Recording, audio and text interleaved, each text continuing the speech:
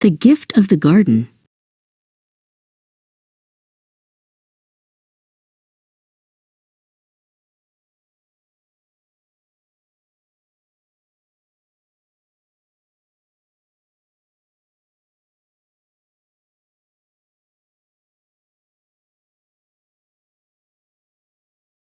Deep in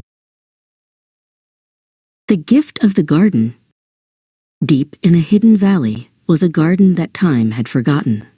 The stream was stuck, the paths were hidden by heavy leaves, and the stone lanterns were covered in thick green moss. Bert, a gentle crow with a soft heart, stood by the gate. He didn't like seeing the garden so sad and messy. "It just needs a little bit of care," he whispered to himself. Bert began his work when the sun was still low and golden.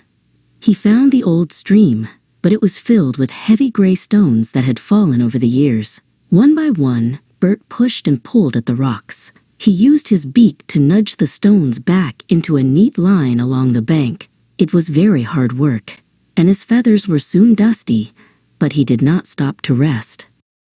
Next, Bert looked at the water. It could not flow because of tangled branches and soggy piles of leaves. He hopped into the shallow, muddy water, splashing his toes. He pulled out the clutter bit by bit, making sure the water had a clear way to run.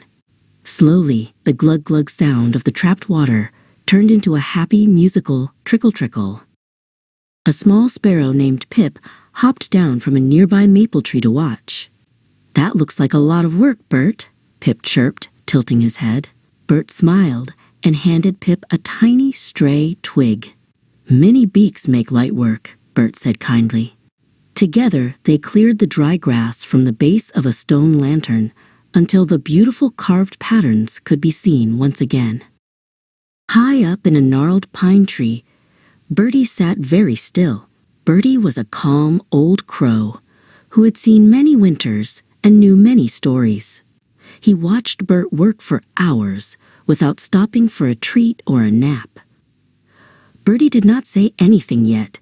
He just closed his eyes and felt the peaceful energy returning to the garden, brought back by Bert's quiet strength and steady effort.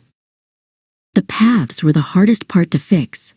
They were buried under deep piles of damp, brown leaves that had sat there for a long time. Bert found a sturdy, flat branch and used it like a broom. He swept and swept until the smooth, round pebbles of the path peeked through. He worked slowly and carefully, making sure every single stone was in its rightful place. Near the edge of the pond, Ibis the heron stood on one long, thin leg. She was wise and very patient, watching the world with silver eyes. She watched the way Bert tucked each fallen leaf away into a neat pile. She saw that he was not doing it for a prize or for a fancy song. He was doing it simply because the garden needed help. She bowed her head in respect. By the time the sun began to set, the garden was transformed. The stream sang a song, the paths were clean and straight, and the lanterns looked proud and tall. Bert was very, very tired. His wings ached and his feet were sore. He sat on a smooth, flat rock and tucked his head under his wing for a moment. He was happy just knowing the garden was beautiful again. Bertie flew down from his high pine tree and landed softly on the stone beside Bert. "Young Bert," the old crow said in his gravelly, kind voice, "I saw how hard you worked today.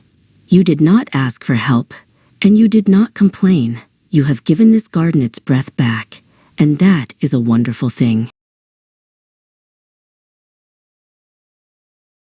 Bert looked up, surprised that anyone had been watching. Ibis stepped out from the tall reeds and joined them by the path. She looked at Bert with her bright, knowing eyes. "Your effort is a gift to everyone who lives here," she said softly. "It is important to say thank you when someone works so hard to make the world better." Bert felt a warm glow in his chest.